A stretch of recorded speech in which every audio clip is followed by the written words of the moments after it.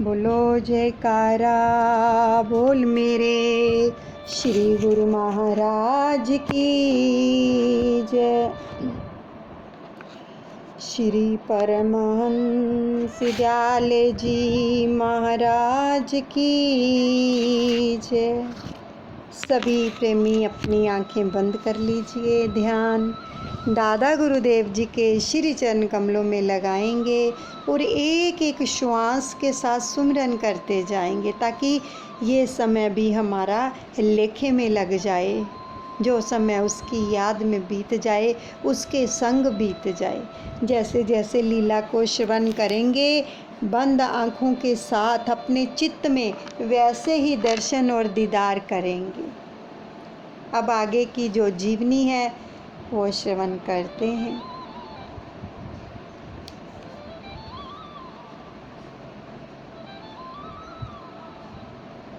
मुगल चरवाहों की स्नेहमयी वाणी सुनकर प्रभु बड़े प्रेम से मुस्कुराकर बोले, हमारा आहार तो राम का भजन है। इस तोय नदी का जल ही हमारे लिए दूध है। चरवाहों ने ऐसे प्रेम रस भरे वचन सुने तो उनके मन में अत्यंत श्रद्धा उत्पन्न हुई। एक दूध देने वाली गाय लाकर आपके सामने खड़ी करके यह विनय की, लाओ पात्र हम दूध दे, जो हम कहे गैया लाओ सोही।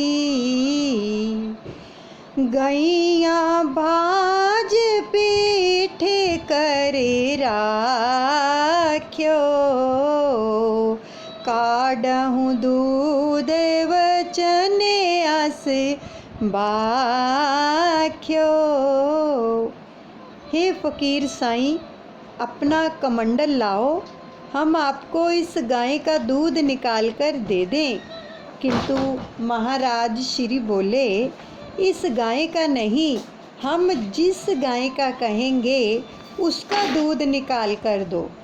यह कहकर आप श्री ने एक बांझ गाय की पीठ पर हाथ रख कर कहा, लाओ भाई, इस गाय का दूध निकालो। चरवाहे बोले मुस्काई, यह गैया कब हो नहीं ब्याही। कही हमार मानो तुम भैया, दूध अवश्य देवेगी गैया। महाराज श्री की वाणी सुनकर चरवाहों ने हंसकर उत्तर दिया कि हे साईं बाबा, यह गाय ना कभी ब्याही है और ना इसने कभी दूध दिया है, यह दूध नहीं दे सकती। चरवाहों की बातें सुनकर महाराज श्री बोले कि तुम हमारा कहना मानकर इस बांझ गाय को ही दूहो। हमारे कहने से यह बांझ गाय भी दुग्ध देगी। वाणी संत वृथा नहीं जावे,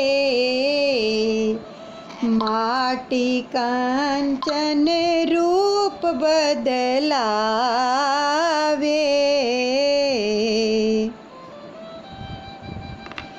होए सोई साधु जो जो चाहे, चकित भये ये लखी चरवाहे। अंत बालक ने चरवाहों से कहा, भैया तुम संत के वचनों को झूठा मत समझो। संत के कहने से तो मिट्टी भी सोना बन सकती है। क्या तुम यह नहीं जानते कि साधु जो कह देता है वही हो जाता है। क्या तुमने यह नहीं सुना? साधु बोले सहज सुभाए, साधु का कहा वृथा नहीं जाए। तो महाराज की ऐसी वाणी सुनकर चरवाहे आश्चर्यचकित हो गए। बाज गाए की पीठ पर धर दीनो प्रभु हाथ, रामा धर दीनो प्रभु हाथ। धार दूध की चल पड़ी, झुक गए सबके माथ। बोल मेरे गुरु महाराज की जय, मेरे दादा गुरुदेव की जय। महाराज श्री ने अपनी कृपा कर उसी बांझ गाय की पीठ पर हाथ रखा। हाथ रखते ही बांझ गाय के स्तनों से दूध की धाराएं निकल पड़ी। तो यह चमत्कार देखकर चरवाहों के मस्तक झुक गए और महाराज के श्री चरण पकड़ लिए।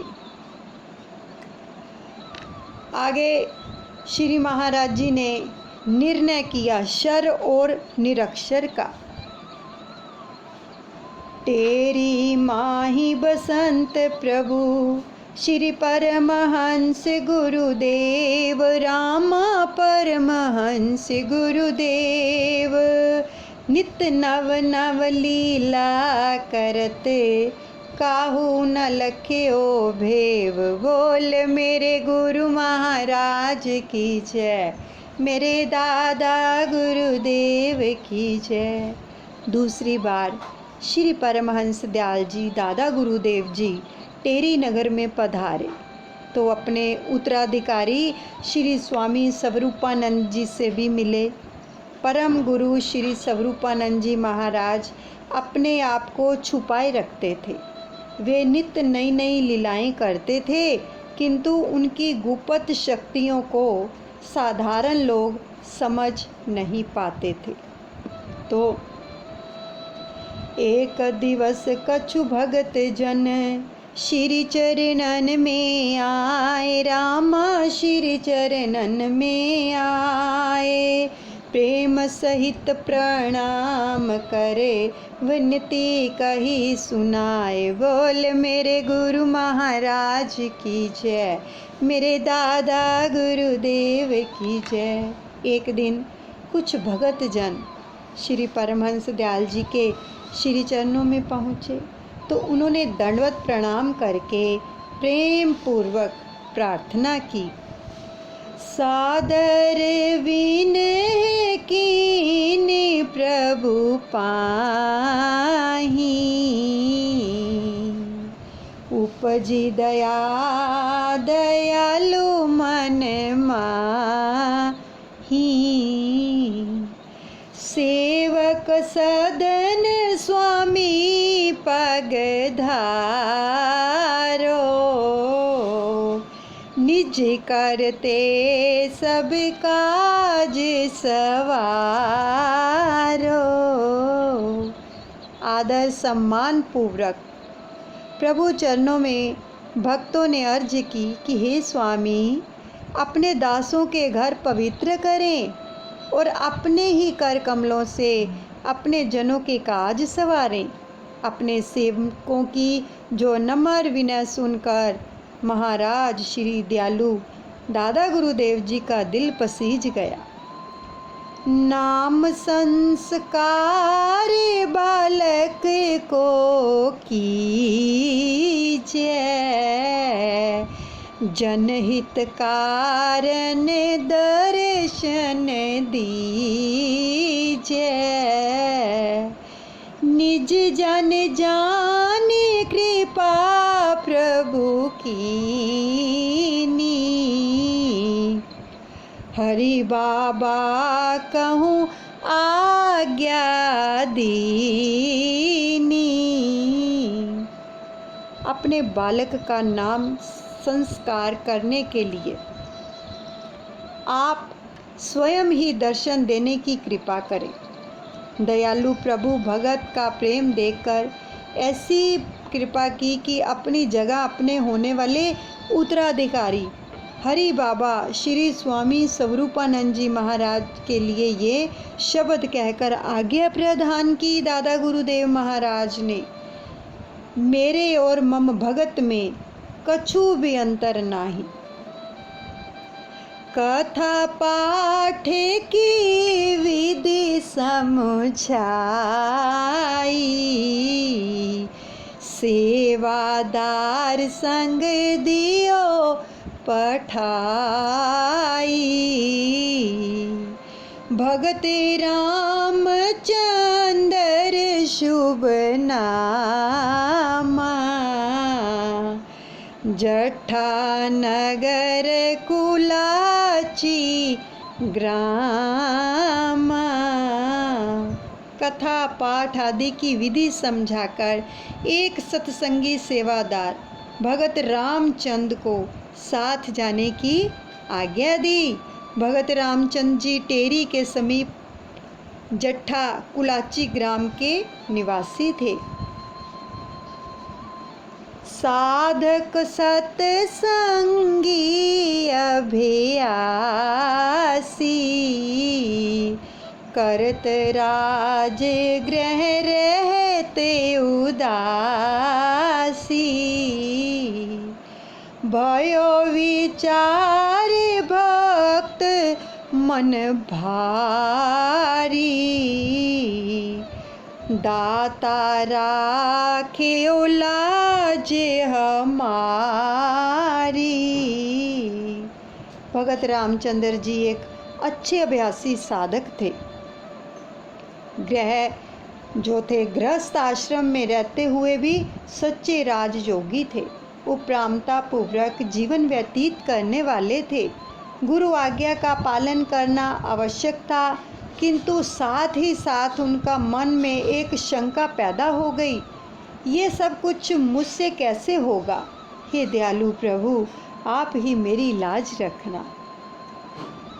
अक्षर एक बाच नहीं जाने, सो किमि कथा प्रसंग बखाने। चले संग शंका मन में राखी, निज मुख कहीं भगत ये साखी। मन में विचार यह आया कि हरि बाबा कुछ पढ़े लिखे तो हैं ही नहीं, कथा प्रसंग क्या सुनाएंगे। इनको प्रवचन करते भी कभी देखा सुना नहीं। ऐसी शंकाएं मन में रखकर भगतगण चल पड़े। यह वार्ता भगत रामचंद्र जी के ने जो था मुझे स्वयं अपने मुख से सुनाई। मन ही मन अस करत विचारा, सेवक ग्रह श्री हरि पग धारा। हर्षित मन प्रेमी उठ धाए, पर घरनी नहीं उठत उठाए। भगत जी मन ही मन इस प्रकार सोच विचार करते जा रहे थे कि यह समस्या कैसे हल होगी। इस उतराव चढ़ाव में श्री हरिहर बाबा जी के साथ जट्ठा नगर कुलाची में जा पहुँचे। वहाँ पर भगत जन स्वागत के लिए भागे चले आ रहे थे। तो समीप पहुँचे तो रास्ते में ही दंडवत प्रणाम कर दिया। जब तक हरि बाबा ने आज्ञा नहीं दी तब तक वे उठे नहीं। बोलो जयकारा बोल मेरे श्री गुरु महाराज की जय। श्री परमहंस दयाल जी महाराज की जय।